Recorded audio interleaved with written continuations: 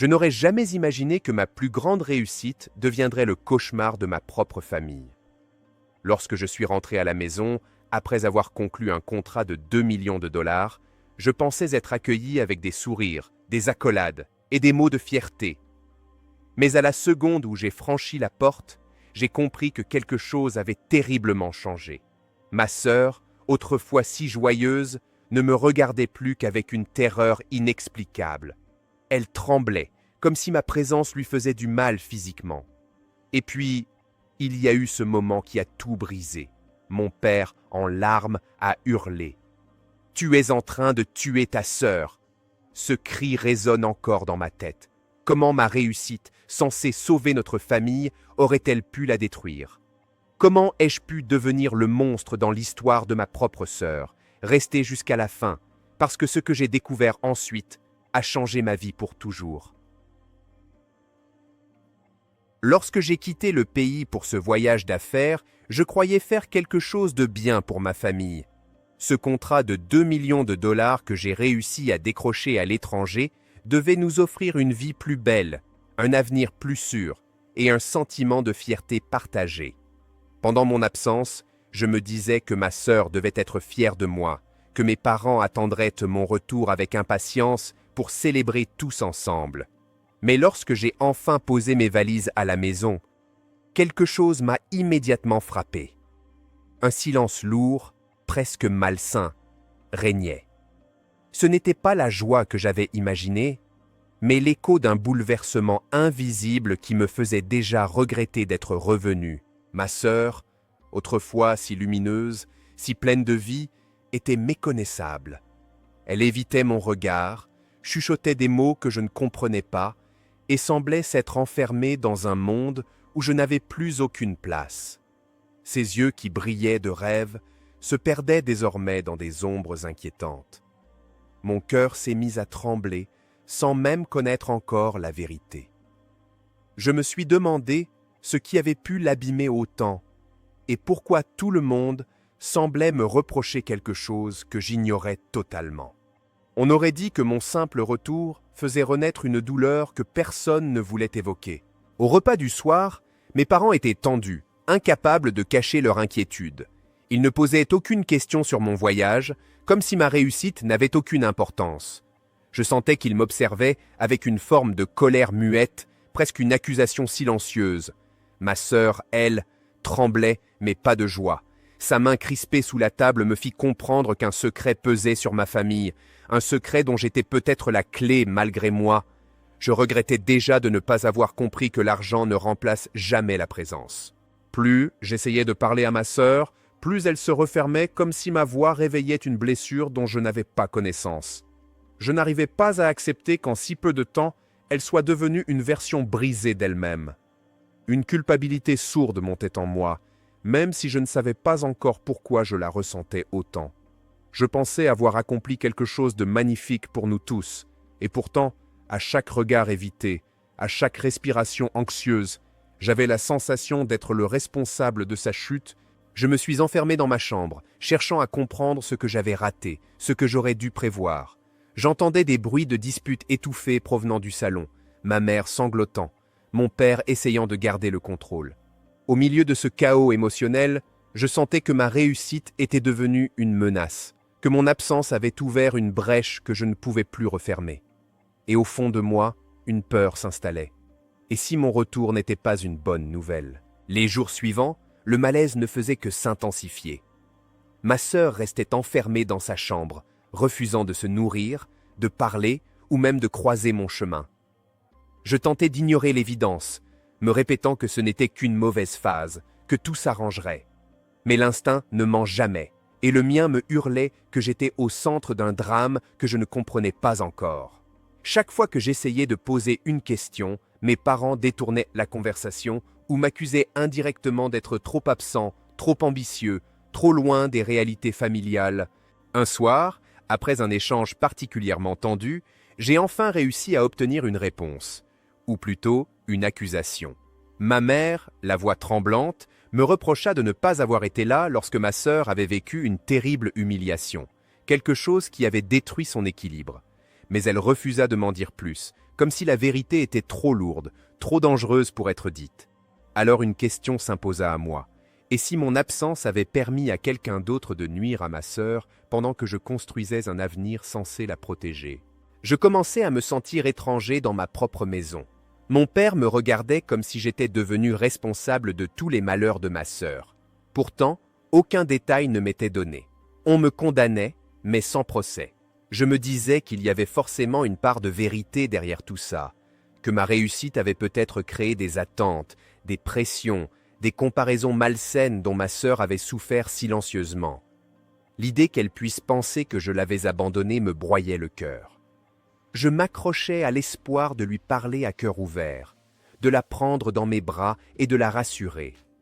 Mais chaque tentative me ramenait au même constat. Elle avait peur de moi. Ce regard, autrefois rempli d'admiration et d'amour fraternel, ne reflétait plus qu'une panique incontrôlable. C'était comme si ma simple existence l'étouffait. Je voulais la sauver. Mais comment sauver quelqu'un qui vous voit comme le danger? Le poids sur ma poitrine devenait insupportable. J'étais rentré dans l'espoir d'être accueilli comme un héros, mais j'étais devenu l'ennemi, le catalyseur d'un mal dont j'ignorais tout. Et plus le temps passait, plus je comprenais qu'il n'existait peut-être aucune explication logique à la situation. Seulement de la douleur accumulée, du ressentiment et une peur qui grandissait en silence. Une peur qui, je le sentais, allait finir par exploser. La confrontation que je craignais finit par arriver.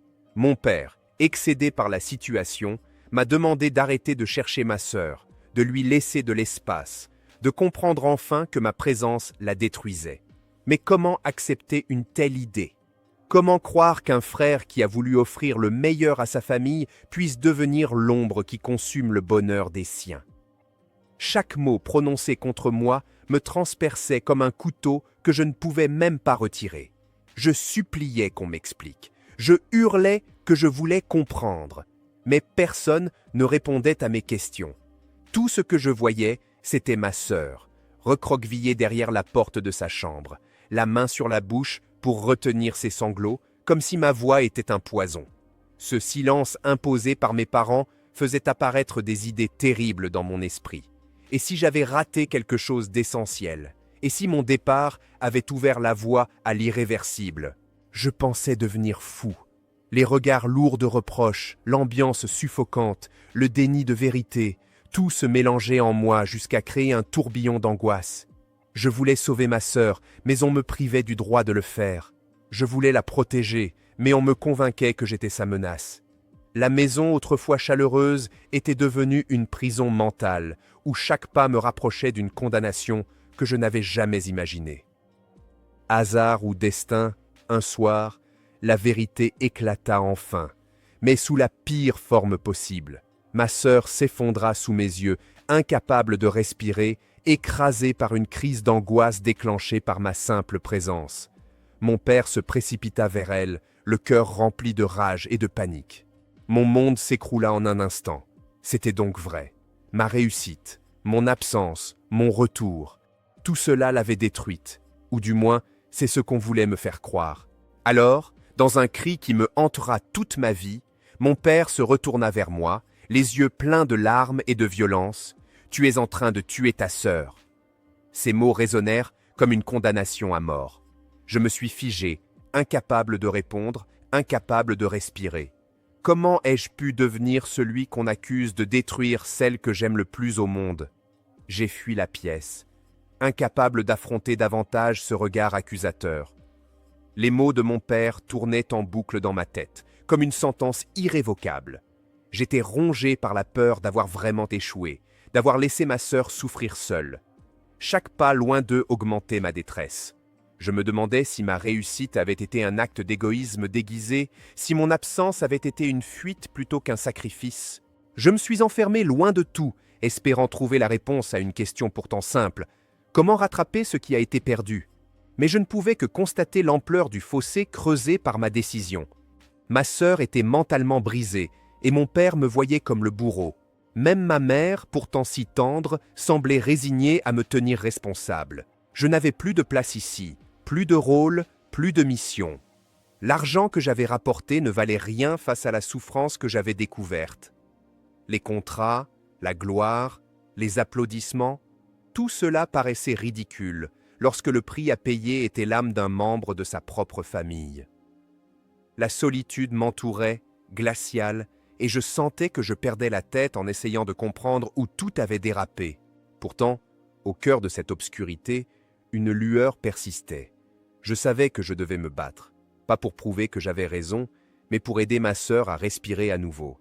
Pas pour récupérer une place dans le cœur de mes parents, mais pour être enfin présent là où j'aurais dû l'être depuis toujours. Je ne pouvais pas effacer le passé, mais je pouvais empêcher que ces ombres détruisant le futur. Je me suis juré de ne plus jamais partir, de ne plus jamais faire passer la réussite avant l'amour.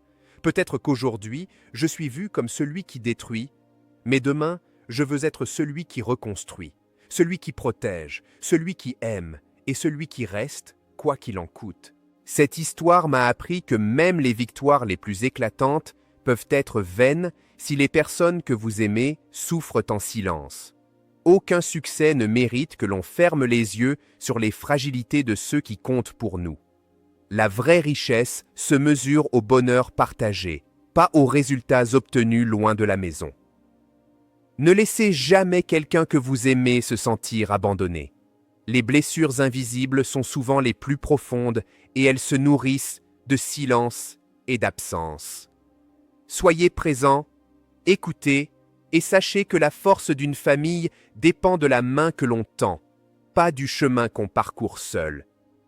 Si mon histoire vous a touché, si elle vous rappelle l'importance de rester proche de ceux qui comptent vraiment, abonnez-vous à ma chaîne, likez la vidéo et partagez-la. Ensemble, n'oublions jamais que la famille n'attend pas qu'on revienne, elle a besoin qu'on reste